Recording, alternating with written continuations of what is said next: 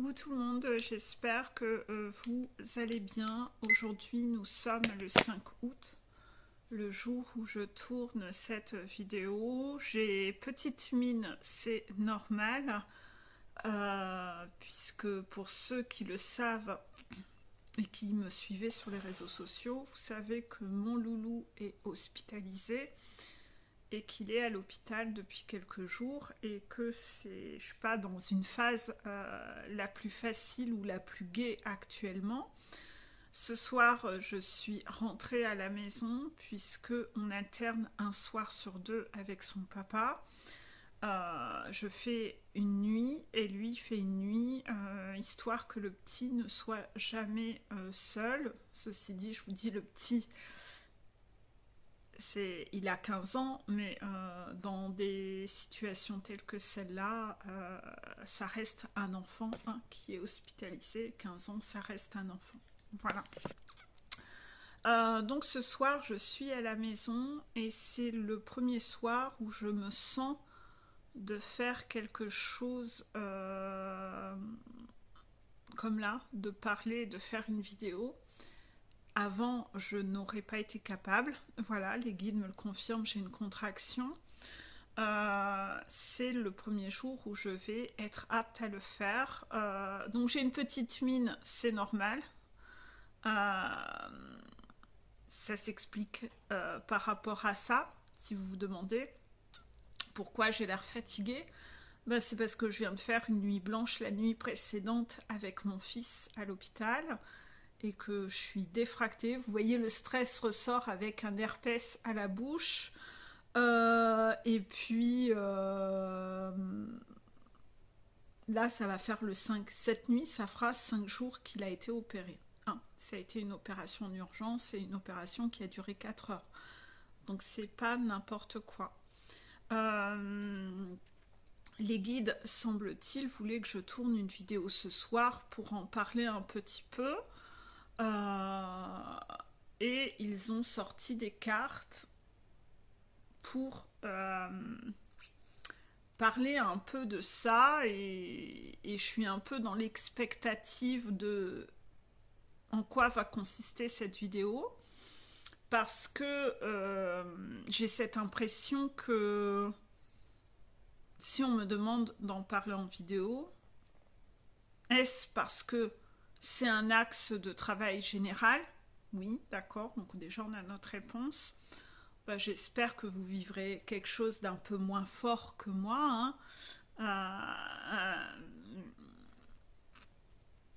et que vous n'allez pas tous vivre une étape comme celle que moi on me fait vivre. Voilà. Je vais prendre le premier oracle que les guides ont choisi. Sur cette première carte que l'on reçoit, ça parle un peu de plaisir. Ça parle un peu de plaisir. Les plaisirs. Il y a une table avec une opulence de toute la nourriture. Donc ça, il y a cette image de plaisir, contraction.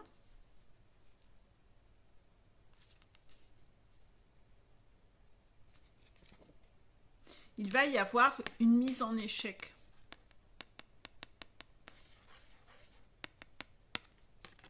Des plaisirs. Il va y avoir une mise en échec des plaisirs. Bon, c'est typiquement ce que moi j'ai connu. Mais c'est une partie, c'est un défi, c'est un jeu. C'est orchestré, c'est voulu pour quelque chose.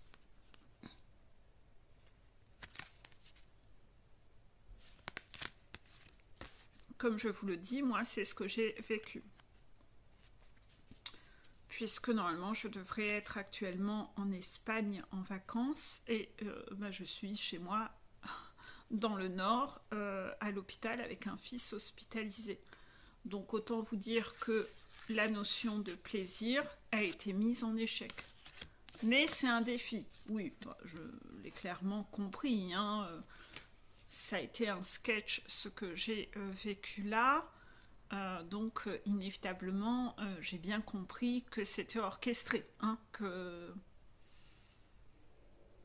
À savoir que mon fils n'était pas bien depuis 10 jours et que j'ai consulté plusieurs fois des médecins généralistes. Hein, puisque moi, mon médecin était en vacances, donc j'ai consulté d'autres médecins. Et je penchais pour une appendicite, contraction. Les médecins m'ont dit que non, c'était pas une appendicite. Ben, mon fils s'est fait opérer parce que finalement c'était bien une appendicite et qui est tournée en péritonite et début d'occlusion intestinale. Hein. Donc merci les docteurs. Voilà.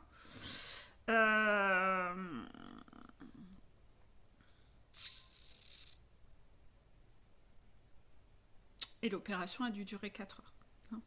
Tellement il y avait des dégâts déjà. Voilà.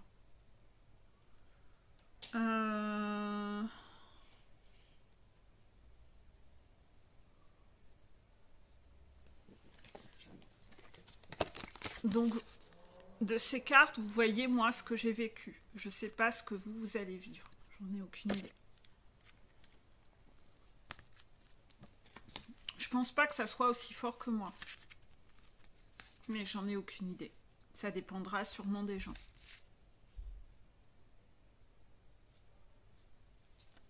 Donc peut-être que vous avez un projet axé sur le plaisir qui va être mis en échec. Moi, c'était les vacances. Voilà. Toutes mes valises sont là. Hein. Toutes mes valises sont là, partout dans la maison, elles attendent.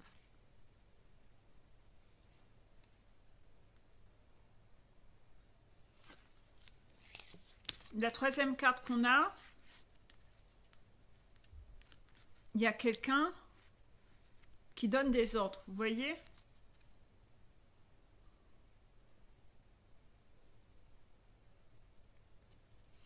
Il y a quelqu'un qui donne des ordres.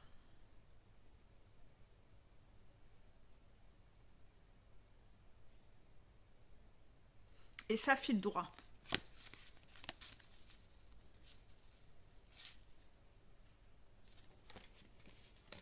Donc des obligations, d'accord.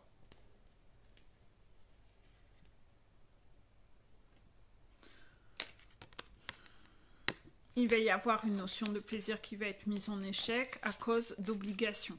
Il y a des obligations. C'est ça le message contraction.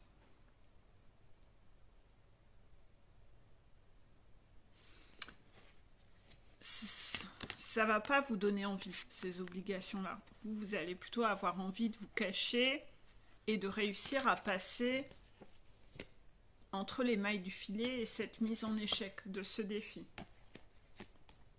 Normal. Normal.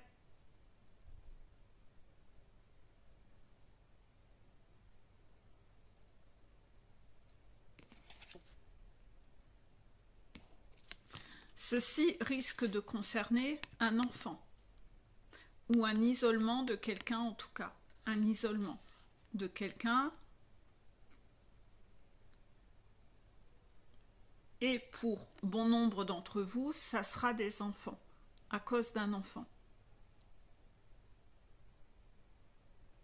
Ce qui est mon cas. Mais pour ceux où il n'y a pas d'enfants, ça sera autre chose. L'isolement de quelqu'un, d'adulte dans ces cas-là. Ou un animal. Ça va être un vrai labyrinthe pour trouver votre chemin. C'est le but du défi, c'est de retrouver. D'accord. C'est un défi pour réussir à trouver dans quelle direction aller. D'accord. C'est ça le défi. C'est ça le jeu. C'est une partie.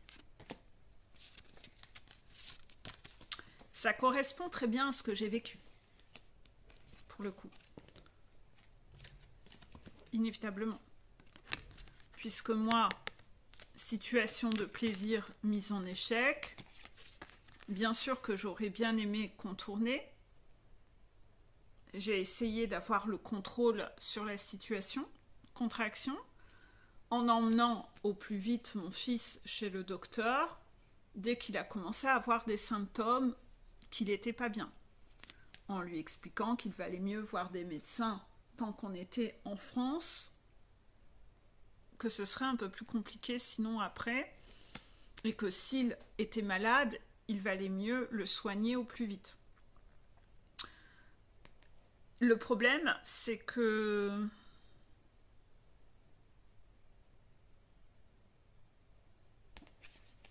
ça a été un labyrinthe. Ça a été plus qu'un labyrinthe. Ça a été très compliqué. Ça a été très compliqué. Puisque j'ai consulté plusieurs médecins et qu'aucun médecin n'a trouvé ce qu'il avait.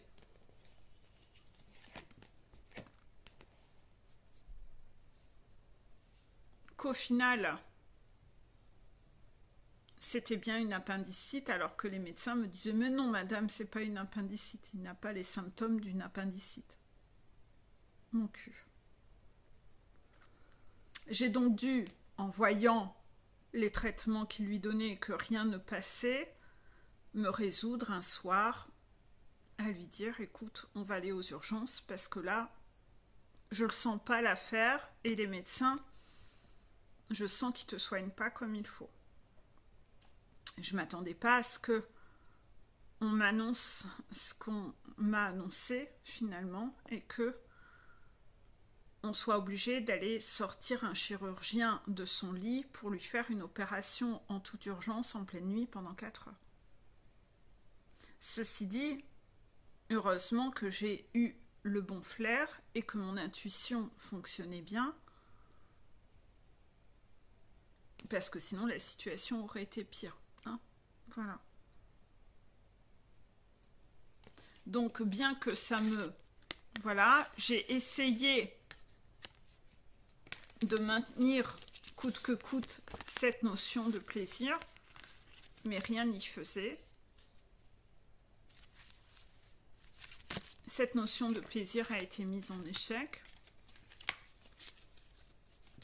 et je me suis trouvée isolée pour des obligations concernant un enfant.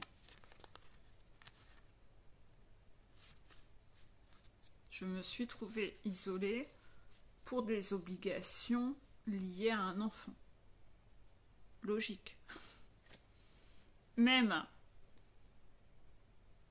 si on me disait d'aller quand même en vacances, j'en avais pas le cœur.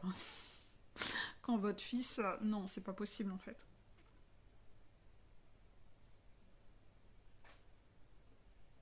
Et ma fille voulait absolument que je parte avec elle. Ma pitchounette est partie en amont avec nos amis. Mais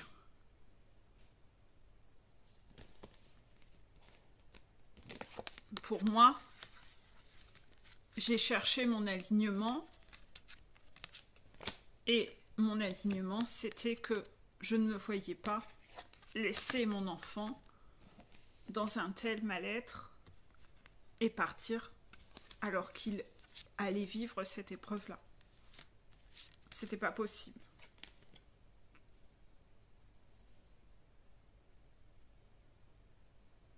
J'ai pas réussi.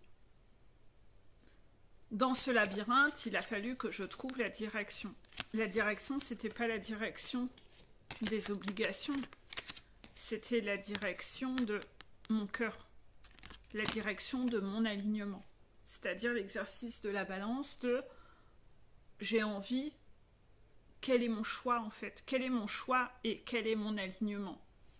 Je savais pertinemment que cette situation, je la vivais comme une épreuve pour voir si j'avais nettoyé et guéri mes blessures sur une situation compliquée où il y a un affect de folie, c'est-à-dire les enfants.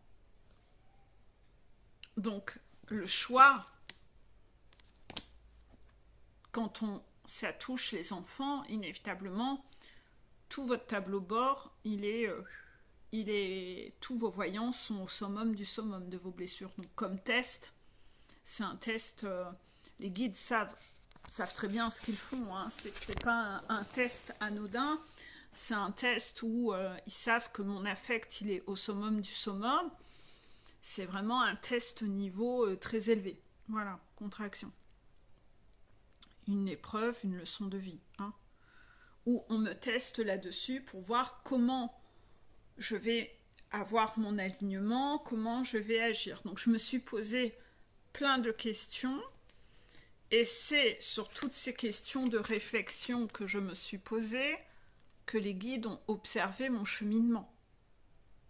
Car quoi que je posais comme question sur ce que je devais faire,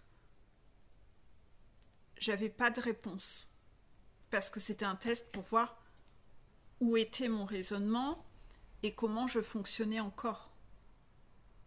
Donc en fait, les guides ne me répondaient pas réellement sur quoi faire ou quoi décider.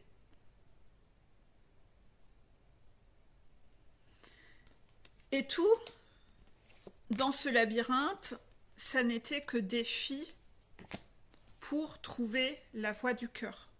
Et dans certaines situations, vous ne savez pas où est la voie du cœur.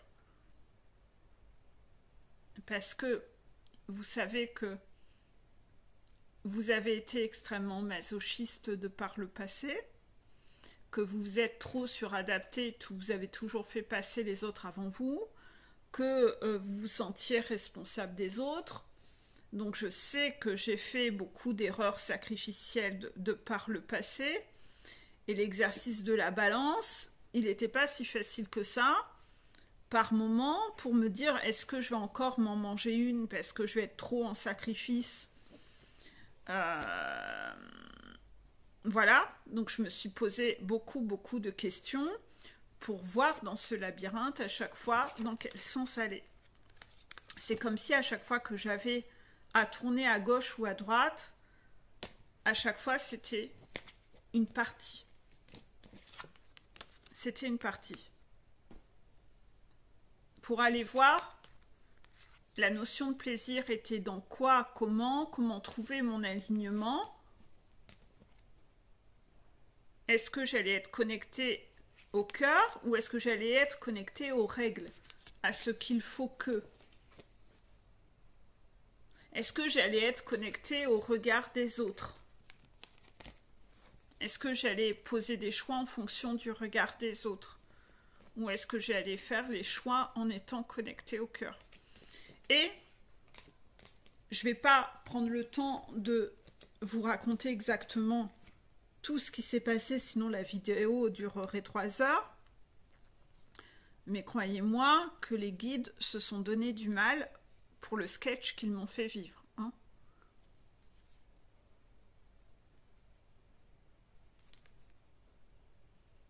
Et sûrement que j'en parlerai dans plusieurs vidéos. Mais quoi qu'il en soit, dans tout ce sketch, à chaque fois je savais que j'avais, c'était un défi vraiment que j'avais. Donc à chaque fois, je prenais le temps de trouver ma direction. C'était quoi? Est-ce que je faisais un choix de peur? Est-ce que je faisais un choix de cœur? Où était mon alignement? Et à chaque pas, dans ce labyrinthe, j'allais faire le vide intérieur et écouter toutes mes sensations pour voir si j'étais dans mon alignement ou pas. Et à chaque fois, j'ai dû faire cet exercice un nombre incalculable de fois, contraction, parce que j'ai eu l'impression d'avoir vécu 100 défis en 10 jours autour de ça. Et à chaque fois, je devais refaire le même processus. Regarder quel radar était allumé en moi, trouver une solution qui soit alignée avec moi, qui soit la plus apaisante possible. Et ça, c'est ce que vous allez devoir. Vous aurez un défi en ce genre. Vous aurez un défi en ce genre.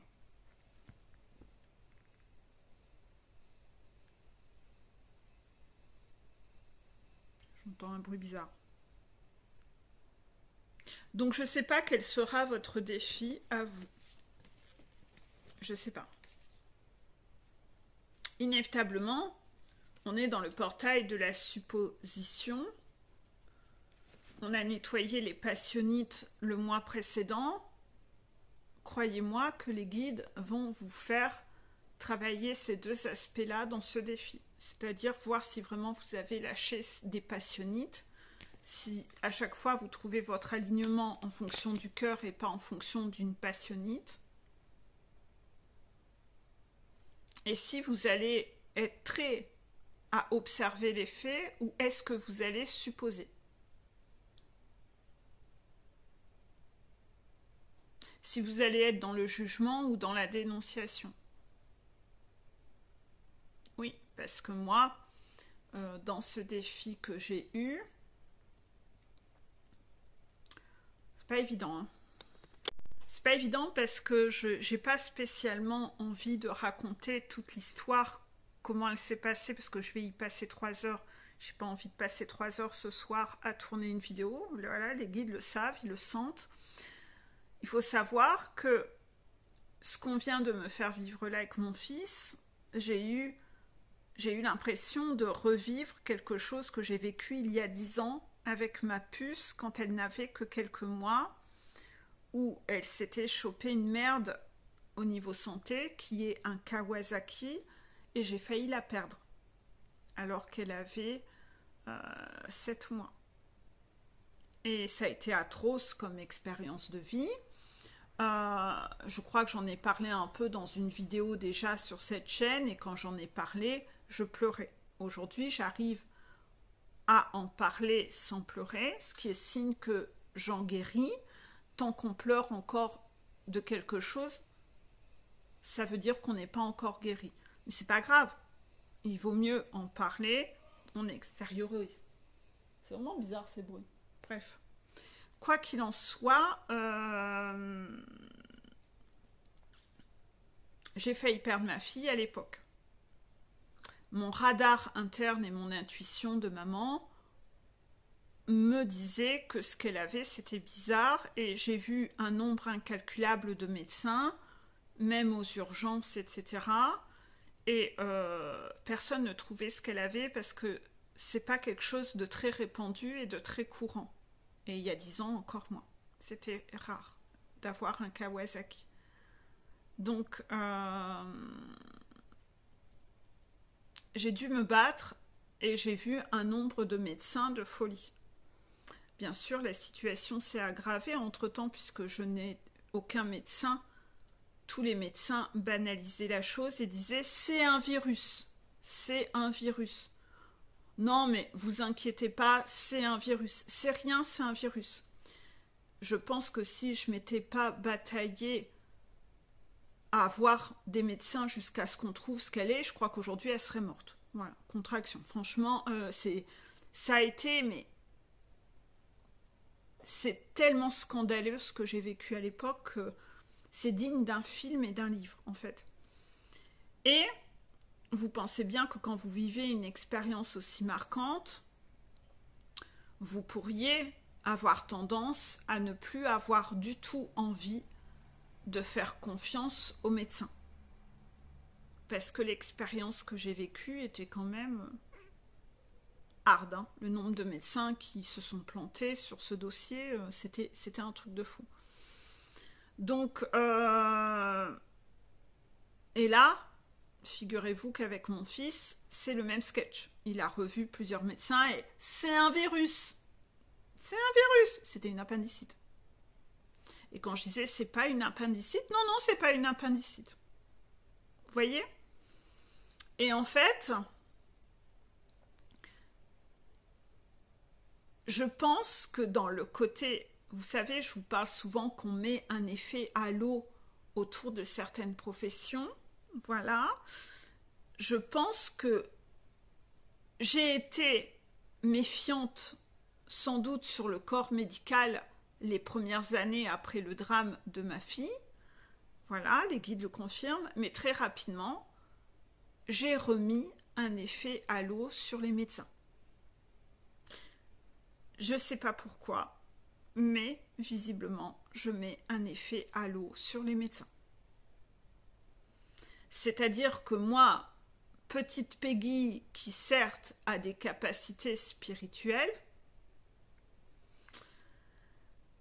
très rapidement, quand je suis en face de médecins qui ont fait 10 ans d'études, etc., je me sens toute petite face à eux. Parce que j'ai pas fait 10 ans de médecine. Voilà. Donc en fait, inévitablement, je pars dans ce processus que chacun son métier. Voilà. Et très rapidement, je ne crois plus en mon intuition. Je ne crois plus en moi. Il y a 2 ans, on m'a fait vivre une expérience autour de ça. En effet, il y a 2 ans, j'ai vécu une expérience où j'ai dû décaler mon départ en vacances et sur la route des vacances, et je vous jure, c'est fou le bruit qu'on entend dehors. Sur le départ de mes vacances, j'ai reçu un appel qui disait que mon père avait peut-être 4 cancers. Vous savez? Donc c'était encore le même sketch. Vous voyez, il y a 2 ans, quasiment la même date, revivre le stress autour de quelque chose de la maladie, de médical, au moment de partir en vacances. C'est une indication, hein, si je vous raconte ça, c'est parce que ce défi que vous allez avoir, ça va être sur quelque chose que vous avez vécu et que vous n'avez pas lâché. Et on vous refait vivre une épreuve dans le même genre, une partie similaire à ce que vous avez déjà vécu pour voir si vous allez le vivre autrement aujourd'hui. C'est vraiment une épreuve que vous avez à vivre. Et moi, il y a 2 ans, quand mon papa, on a pronostiqué 4 cancers, mes capacités me disaient qu'en fait, sur les 4 cancers pronostiqués, il n'en avait qu'un et que c'était celui de la prostate. Sinon, il y avait le foie, intestin et poumon. Voilà.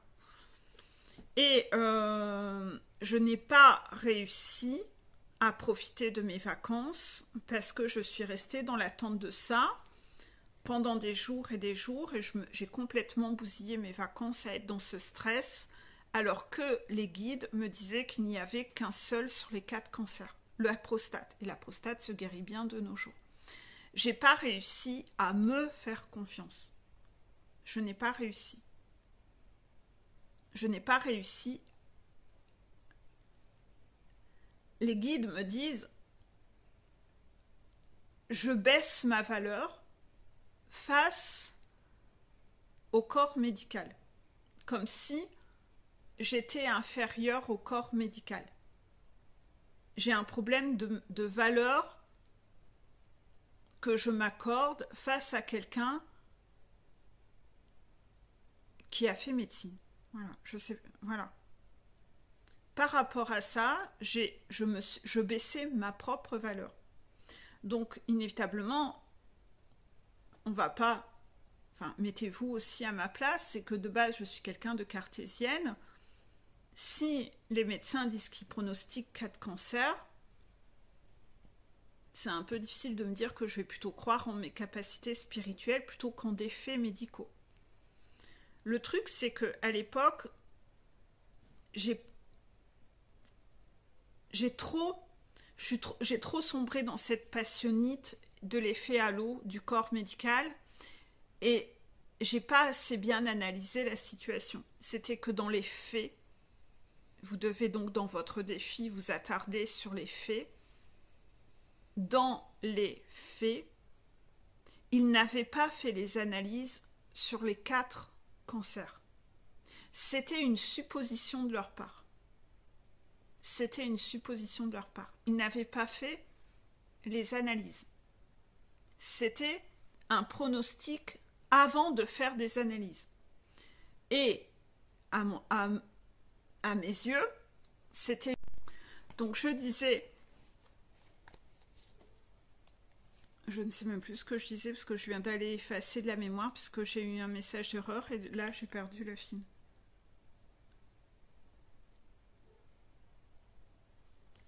Ils n'avaient pas fait les analyses, bref, enfin voilà.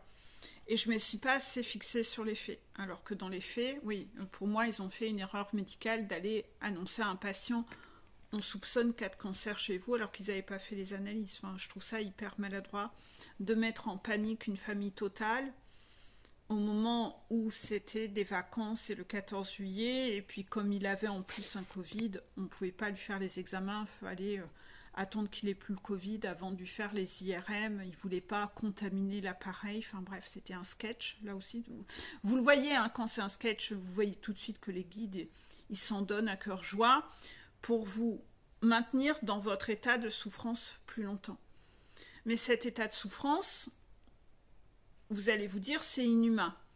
Pas tant que ça, parce qu'en fait, cet état de souffrance, c'est vous qui avez choisi d'y aller à cause de votre passionnite, de tous vos radars qui sont allumés et que vous avez perdu votre capacité d'analyse. Et en fait, c'est vous-même qui plongez dans le feu ardent de la souffrance, alors qu'en fait, vous pouvez très bien essayer de faire le calme intérieur, de réfléchir et de ne pas sombrer dans cet état de panique et garder une capacité d'analyse. Il y a 2-3 ans, quand j'ai vécu ça avec mon père, j'ai pas réussi à avoir cette capacité d'analyse. Non, j'ai pas réussi à avoir cette capacité d'analyse. Je suis partie en vrille, en panique, et ça m'a bousillé toutes mes vacances. Et puis, quand les examens ont été faits, oui, les examens ont prouvé qu'il n'y avait qu'un cancer, et c'était le cancer de la prostate. Donc finalement, j'ai baissé ma valeur face au médecin. C'est-à-dire que je n'ai pas assez cru en moi face au médecin. Ce qui était un peu, vous voyez, un peu alors que j'aurais dû, avec le Kawasaki de ma fille, voir que mon radar interne, malgré que j'avais dû voir 10 ou 15 médecins à l'époque, j'étais seule contre tous, mais c'était moi qui avais raison en fait. Vous voyez, il y avait vraiment quelque chose de grave chez ma fille. Alors que tous les médecins me disaient que c'était pas grave, c'était un virus. Donc la situation qui se répète, qui se répète, qui se répète, et là, quand il s'est passé ça avec mon fils, je me suis dit, qu'est-ce que on me fait revivre pour que je doive revivre le même sketch qui est abominable. Il y a des gens, ils ne vivront jamais cette épreuve dans leur vie, et moi, je la revis encore. La situation se répète. Et donc, il m'a fallu faire le vide à chaque fois pour être sûre que j'étais alignée, connectée au cœur dans tout, et que dans cette connexion au cœur, il y a en plus le masochisme à traiter. Il y a en plus le masochisme à traiter. Et dans ce masochisme à traiter, c'est comment vous allez décider de vivre cette souffrance. Est-ce que vous allez partir dans des supposites, des passionnites? Est-ce que vous allez partir en vrille? Est-ce que vous allez vous faire des scénarios catastrophes? Ou est-ce que vous allez rester zen, à réussir à garder une capacité d'analyse pour voir que dans les faits, pour regarder les faits, pour pouvoir analyser les faits concrets. Et ne vous basez que sur les faits et pas sur des suppositions. J'ai eu une grosse blessure de trahison dans ma vie. Moi, en général, ma blessure de trahison, franchement, j'hésite avec abandon et humiliation, mais pour moi, c'était le trio gagnant chez moi qui était au max du max chez moi. Et la trahison, je pense qu'avec le masochisme, ça devait être vraiment mes 2 pires blessures à guérir. Vous voyez, les guides le confirment. Parce que c'est un truc de fou chez moi. Vous pensez bien que quand on a vécu une blessure, on sait, parce qu'on a cheminé sur soi et on sait qu'on a eu une forte blessure de trahison, qu'on sait qu'on a vécu une expérience comme ça avec ma chérie, j'avais pas envie de mettre tous les médecins dans le même sac. Quand la situation s'est répétée avec mon papa, où on est allé lui balancer dans la tronche qu'il avait 4 cancers, c'est même l'ambulancier et le brancardier qui l'a vu écrit, alors que les analyses n'étaient pas faites. Enfin, c'était mais honteux la façon dont ça s'est passé. C'était scandaleux. Et en fait,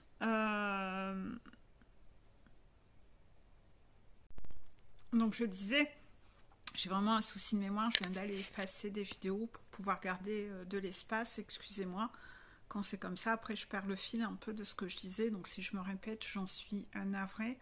Donc je disais, je ne voulais pas être quelqu'un qui met tout le monde dans le même sac. Comme vous le savez, moi, j'avais pas de blessure, d'injustice à nettoyer dans cette incarnation. Le travail a déjà été fait dans les incarnations précédentes, contraction. Et loin de moi, l'envie de mettre tout le monde dans le même sac. Je refuse d'être ainsi, en fait. Donc je mets pas les gens dans le même sac et finalement, je peux ne pas voir que je mets un effet halo sur telle ou telle catégorie de gens. Et en fait, je suis passée un peu en travers de ça, c'est-à-dire que je pensais que l'effet halo que j'avais mis à une époque sur le corps médical et sur les gens qui travaillent en médecine, tout comme je vous avais parlé des enseignants à une époque, je pensais que c'était réglé. Et visiblement pas encore assez. Donc, tout du moins, les guides ont voulu être sûrs que je l'avais vraiment bien dégagé, cet effet halo, et que dans la partie et le labyrinthe, en tout cas, on voulait en avoir le cœur net que je ne mettais pas d'effet halo sur le corps médical.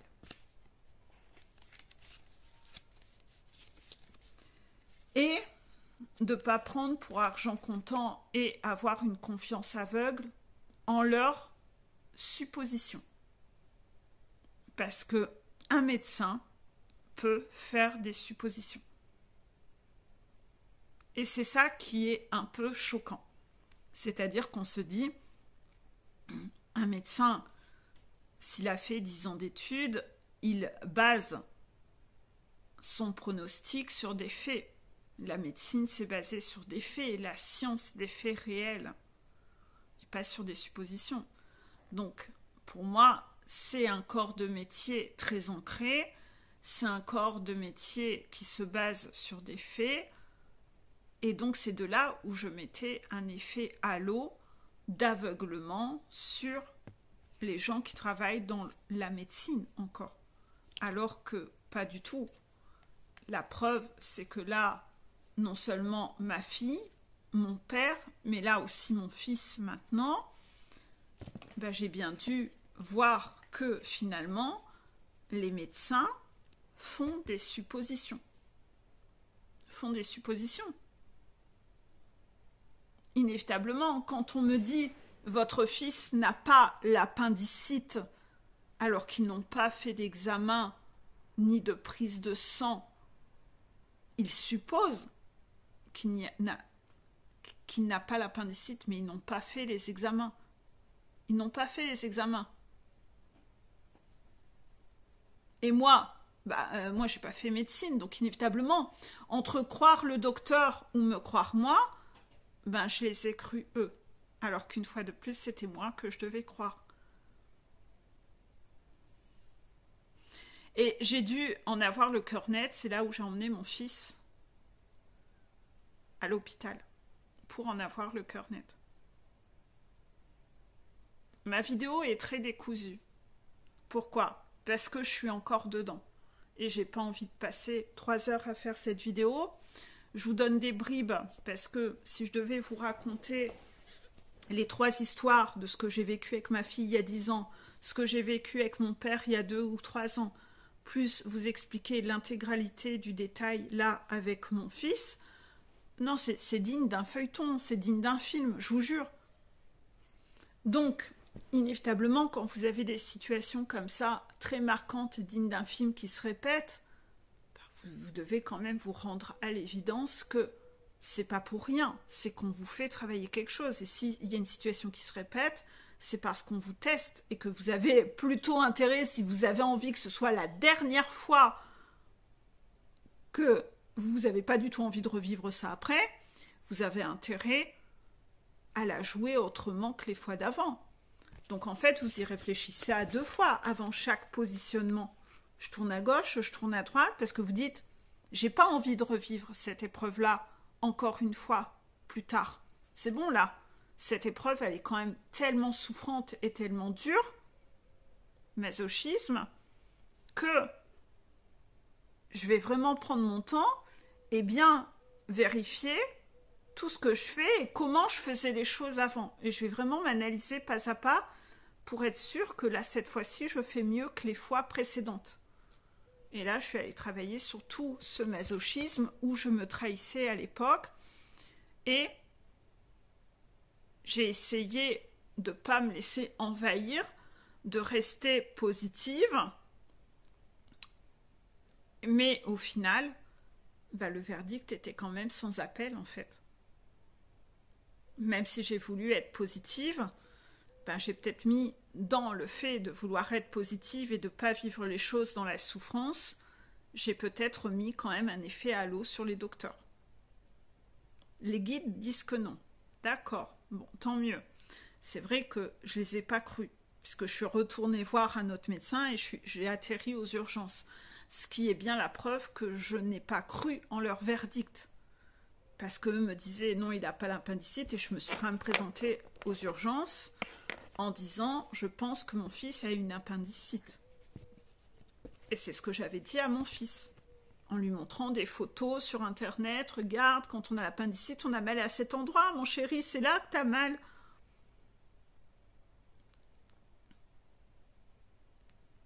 Donc je suis pas tombée dans le piège de l'effet halo. Ouf, tant mieux. J'ai réussi mon test. Vous voyez ? Au prix de quoi ? C'est pas une épreuve super rigolote, non. Pourquoi j'ai dû la revivre ? Parce que les fois d'avant, j'ai vécu ça tellement dans la souffrance que là, je dois le vivre avec moins de souffrance et avec plus de foi, plus de confiance. Croyez-moi que c'est pas facile. Croyez-moi que c'est pas facile. Je suis extrêmement fière de moi de voir que je relève les défis autour de ça. Parce que j'ai vu mon évolution par rapport à ces époques-là. Mais la souffrance, il y en a quand même. Enfin, vous rendez compte de la situation? Ça touche mon enfant, bien sûr, qui a du stress. C'est allé loin, C'est allé loin, Les 4 heures d'opération, c'est qu'il y avait déjà des vrais dégâts à l'intérieur, Et c'est pas une partie de rigolade, les 5 jours d'hospitalisation avec lui, à voir son enfant souffrir, C'est pas une partie de rigolade, Donc des défis, j'en ai du matin au soir. C'est des défis, vous savez, ce qu'on n'a pas envie de vivre. Ce qu'on n'a pas envie de vivre. C'est ce qu'on a besoin de vivre, ouais.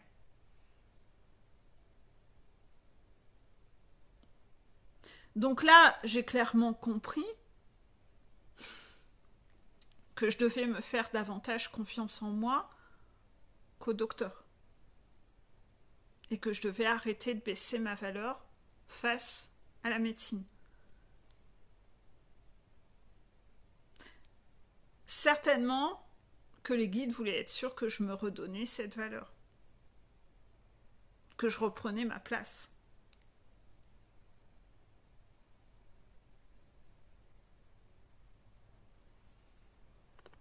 Et que j'avais vraiment arrêté de me comparer et de baisser ma valeur par rapport à cet effet halo. Vous avez ça à comprendre dans cette vidéo. Il y a beaucoup de messages. C'est très énigmatique. J'imagine que vous allez vraiment avoir du mal à comprendre tout ça. Mais il y a quand même beaucoup de choses qui ont été décrites dans cette vidéo que vous allez devoir vous remémorer, prendre des notes peut-être, réécouter cette vidéo plusieurs fois pour essayer de capter. Vous allez avoir un défi où vous aurez un truc, vous allez être testé sur une situation déjà vécue dans le passé et vous allez devoir faire mieux cette fois-ci, moins en panique, moins en souffrance et plus dans la confiance que ça va bien se passer. Je dirais que ça a été encore un défi de foi, de folie, mais vous pensez bien que je vous ai dit 3 choses. Je vous ai dit que mes 3 blessures les plus importantes, c'était la trahison. C'est difficile d'avoir foi et confiance quand on a une grosse blessure de trahison. La confiance, c'est exactement le contraire de la trahison. Donc en fait, c'est un énorme test de foi que de me redonner cette confiance en moi et d'être dans cette foi que les choses vont s'améliorer et que ça va bien se passer. De ne pas être dans la peur et la panique que je vais perdre mon fils, ou il va avoir des séquelles, ou vous voyez un peu l'idée? Le masochisme, je vous ai dit que ça faisait partie, avec le contrôle, c'était la blessure sur laquelle j'avais le plus à travailler. Donc inévitablement, j'ai des mécanismes ancrés en moi profonds de masochisme, de me faire du mal et de vivre les situations dans la souffrance.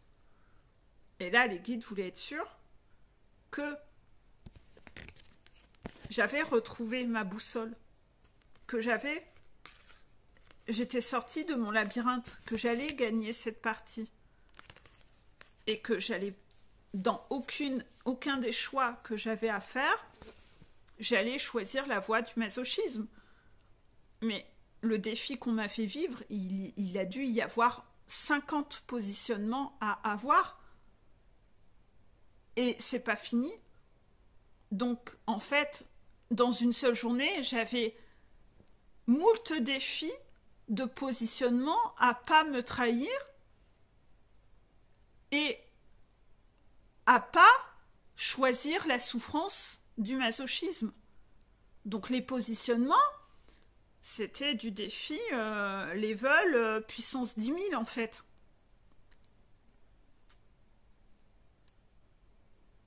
Alors que ça touche aux enfants. Donc en fait, inévitablement, il y a de la panique. Hein. Ils savent bien sur quoi taper. Hein. Pour me mettre dans l'inconfort. De ne pas m'être senti trahi par la vie, de ne pas m'être senti trahi par mes guides. Non. Puisque inévitablement, je me dis, si mon fils doit vivre une telle épreuve, c'est que c'est dans son plan d'incarnation. Lui aussi travaille des choses. Et depuis ces 5 jours d'hospitalisation et les jours qui précèdent, j'ai toutes mes réponses. Je vois tout ce qu'il est en train de travailler et pourquoi il doit passer par ça. Je le vois. Vous savez, ce tout est juste. Il est en train de travailler lui-même quelque chose, de développer quelque chose de par ces épreuves-là. Et je le vois jour après jour, dans tous les défis qui sont présentés, que lui aussi, il est en train de cheminer. Il est en train de se transformer.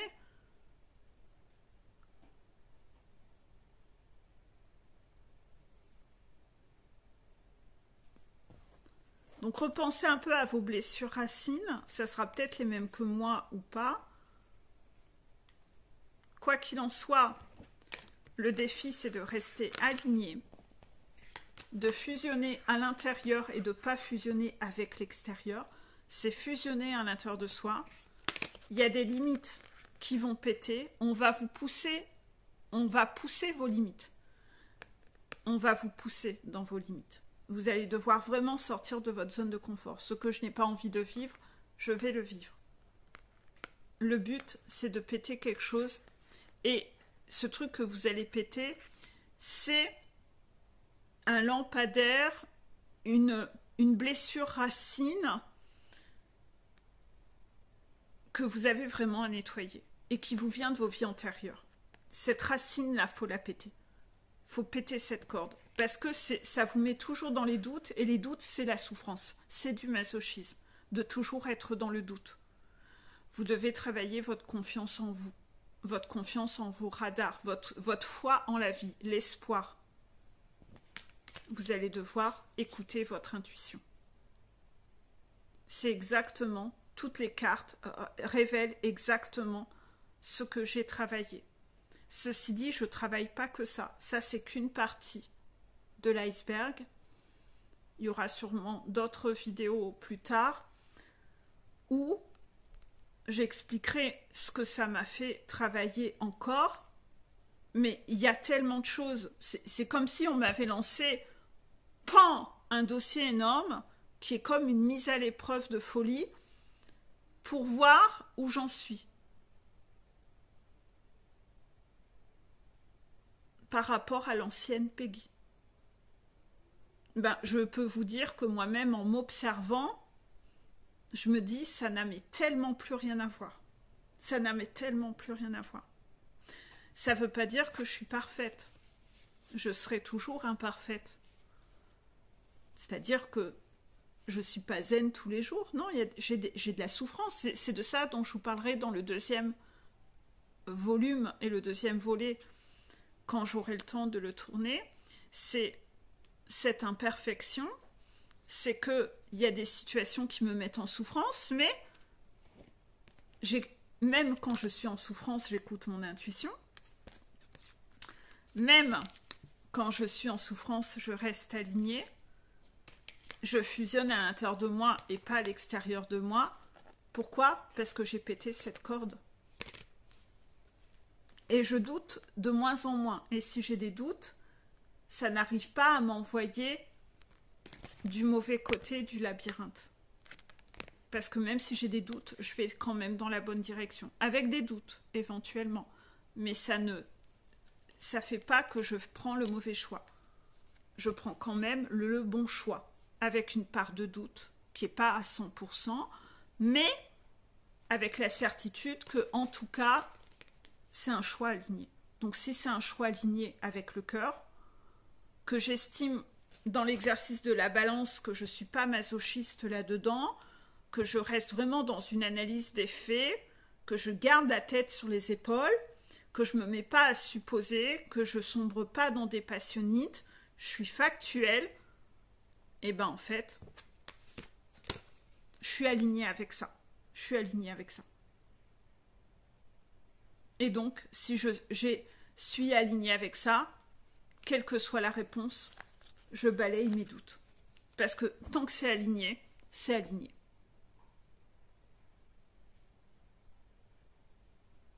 Genre, j'ai des doutes sur ce que dit le médecin. Je ne suis pas apaisée à l'intérieur. Moi, ma priorité, c'est de fusionner à l'intérieur, d'être alignée. Donc, je vais aller reconsulter, écouter mon intuition et aller reconsulter un deuxième avis médical pour ne pas être masochiste et ne pas m'infliger mon état de souffrance. Pour ne pas rester dans ma souffrance. Je vais vouloir ne pas être dans une supposition. Je vais vouloir des faits concrets, des examens, des faits réels, pour ne pas rester en souffrance sur le fait que les médecins me disent que mon fils, c'est un virus, ce qu'il a. Non, je n'en crois rien. Je suis en souffrance, je ne vais pas rester en souffrance, je ne vais pas rester dans mes doutes parce que les doutes, c'est de la souffrance, c'est du masochisme. Je fusionne à l'intérieur de moi, je vais aller chercher ma réponse, je suis alignée. J'écoute mon intuition, j'y vais. Au pire, dans le pire des cas, les urgences me diront qu'il n'a rien. Et en tout cas, moi, je retrouverai cet apaisement. Parce qu'on aura fait des examens. Et ces examens, les faits concrets, diront que tout va bien. Donc, je pourrai retrouver un état de paix. Donc, je suis alignée sur la démarche de « Viens, mon loulou, on va aux urgences ». Les urgences ont révélé que la situation était catastrophique. Bon. On a donc fait le nécessaire. Donc j'ai bien fait d'y aller. Dans tous les cas, c'était un choix aligné. Est-ce que vous arrivez un peu à voir comment traduire ce défi? J'espère que ça ne part pas en vrille. Si je trouve quand je revisionnerai cette vidéo que c'est parti un peu trop dans tous les sens, je referai des vidéos qui réaborderont ce sujet-là. D'accord?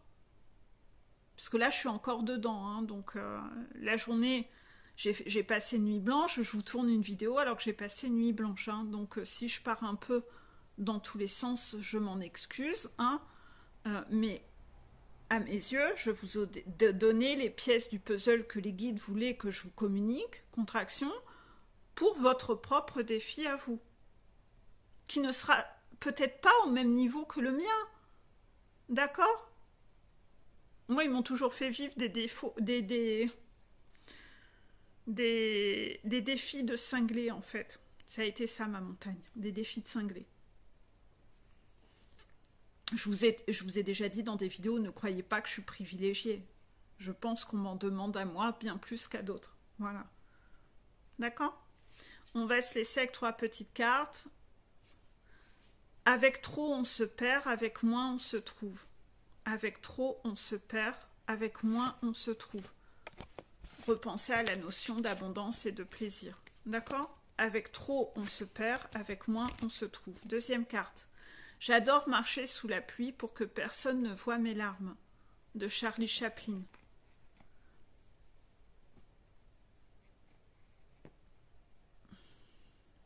J'en parlerai de l'état de souffrance dans lequel j'ai été et comment j'ai géré ça. Vous verrez, j'ai été en souffrance. J'ai été en souffrance, je m'en cache pas. Et je trouve ça, quelque part, un peu normal, en fait. C'est quand même votre enfant, quoi. Hein. Ce que vous vivez, c'est pas... Voilà. Troisième carte. Femmes, vous n'êtes pas des centres de rééducation pour hommes mal élevés. Ce n'est pas à vous de les réparer, de les changer, de les éduquer ou de les élever. Vous voulez un partenaire et non un projet. C'est une phrase de Julia Roberts qui l'adresse aux femmes. Ça fait un peu phrase un peu féministe. J'aime pas trop ces phrases-là parce que on peut inverser aussi les rôles en fait. Hein. Là, on montre un peu que c'est les femmes qui sont un peu au-dessus des hommes et que les hommes, c'est tous des gros bâtards. Non, il y a des hommes qui travaillent sur eux et qui sont en face de femmes qui ne travaillent pas du tout sur eux. Et les hommes, ils morflent avec des femmes comme ça. Donc, c'est tourné en ce sens parce que c'est la phrase de Julia Roberts, mais inévitablement, il faut aussi imaginer qu'on inverse les rôles et que ça peut se faire aussi dans l'autre sens du sexe, hein, inévitablement.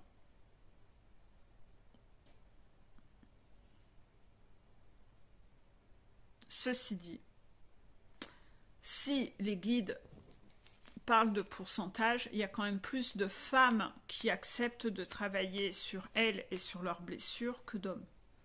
Donc, dans les statistiques, il y a quand même plus de femmes qui travaillent sur elles que d'hommes qui acceptent de travailler sur eux. C'est pour ça que depuis quelques jours que je regarde, j'ai que ça à faire à l'hôpital, regarder les Jeux Olympiques, je vous en parle en story. Des gens comme Léon Marchand qui travaillent sur lui, sur sa psychologie.